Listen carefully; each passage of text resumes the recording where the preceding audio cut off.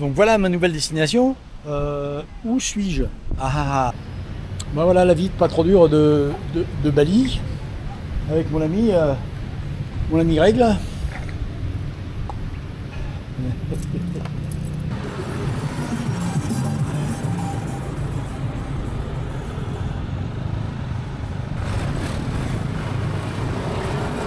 Denpasar a bien changé, c'est devenu une énorme agglomération pleine d'influenceurs de toutes sortes et de travailleurs en distanciel de toutes nationalités. Le coût de la vie et le climat s'y prêtent, mais cela a entraîné un trafic de folie avec des scooters partout. Et la ville s'est fortement modernisée, la preuve. On va expérimenter un cinéma, ça s'appelle Première. Alors, les tickets sont en argent, hein, on n'est pas là pour rigoler quand même. Ça c'est du cinéma. Enfin et heureusement, dès que l'on sort de cette énorme ville du sud de l'île, on retrouve la campagne, la douceur, le relief, les couleurs, l'architecture typique qui font le charme de Bali.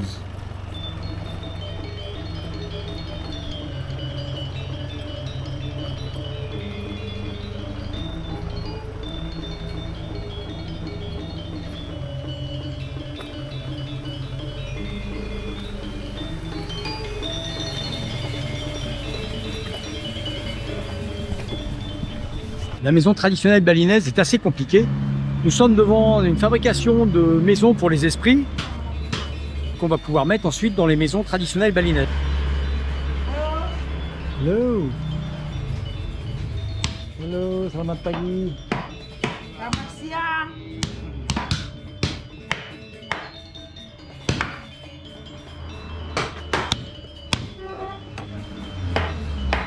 Je ne vais pas rentrer là dans les explications techniques architecturales des maisons traditionnelles balinaises parce que ce serait un petit peu compliqué.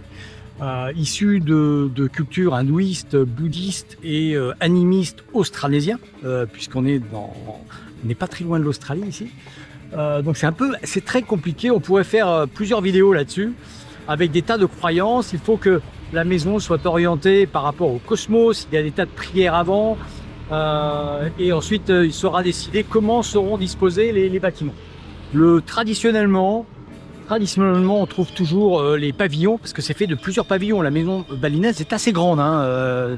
Je vous mets un petit plan et vous allez voir, c'est plusieurs pavillons différents puisque à l'époque, plus trop maintenant, mais les gens dormaient toujours dehors, hein. Ici la température descend jamais, donc il n'y a pas de problème pour dormir dehors. Alors il y a plusieurs pavillons. Le pavillon du nord est dédié au sommeil pour pouvoir dormir. Le pavillon de l'est, c'est pour les invités. Enfin bon, c'est énorme. Je ne vais pas rentrer dans le détail. Rejoignez Internet. Si ça vous intéresse, vous allez trouver plein de choses. Il y a tellement de choses à dire sur Bali. Il y a aussi, je ne vais pas pouvoir vous montrer ça, il y a les combats de coqs, qui est une institution ici, hein. Il y a aussi toutes les cérémonies, les funérailles, les mariages. Comme là, j'ai assisté à un mariage. Thank you. Yes. Yeah, very good. Thank you.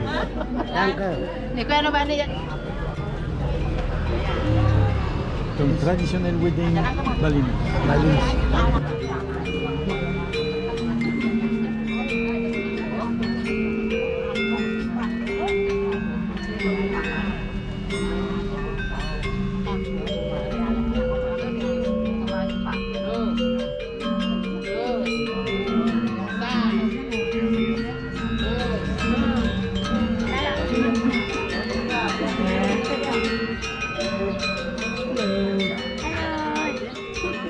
Les fêtes aussi traditionnelles religieuses, j'ai assisté à une procession, regardez, c'est dans la rue, ça se passe dans la rue, c'est absolument incroyable. Et les gens sont toujours gentils, toujours accueillants.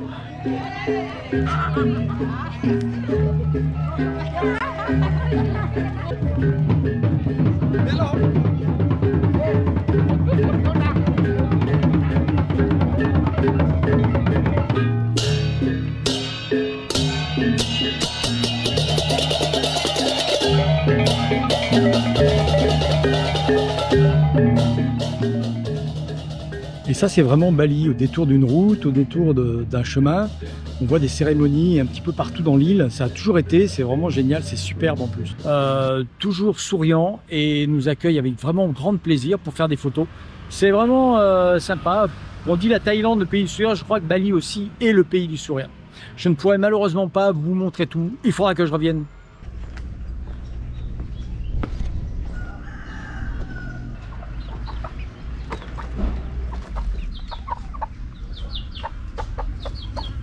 What's your name?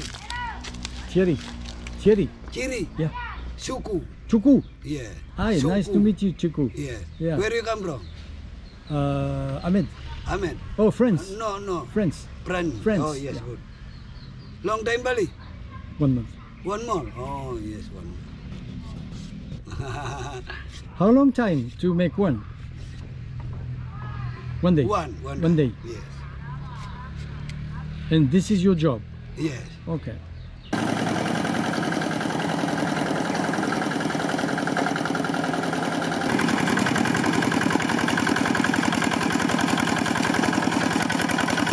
Je vais vous montrer jusqu'où va la bêtise humaine dans l'achat des souvenirs. Vraiment, les gens, ils achètent des trucs de folie. Alors, j'avais déjà vu des gondoles illuminées, avec des lumières un petit peu partout. J'avais déjà vu ça à Pékin, chez un marchand de souvenirs. Alors ici, c'est l'inverse. On est à Bali et vous pouvez acheter des soldats. Des soldats de l'armée de Chinchurangdi, en terre cuite. L'armée de Sian. Vous savez, l'armée enterrée. Eh bien, on peut en acheter ici, si vous voulez. C'est très moche, hein. Mais on peut en acheter. On peut même acheter, vous savez, les statues de l'île de Pâques. C'est un souvenir de Bali. Alors, il y a aussi un truc que je vais pas malheureusement avoir le temps de vous faire visiter.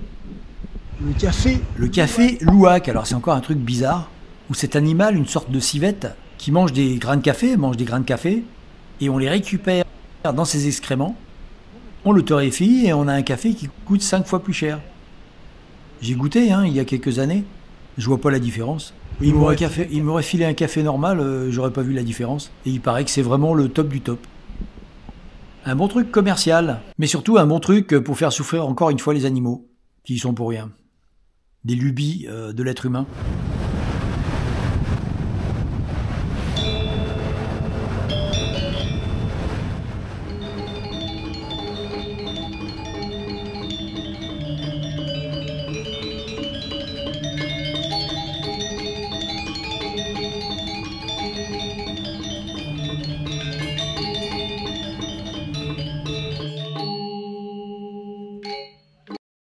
Il sonnait, il m'appelait au secours. Bah alors, le drone, il est pas en l'air normalement?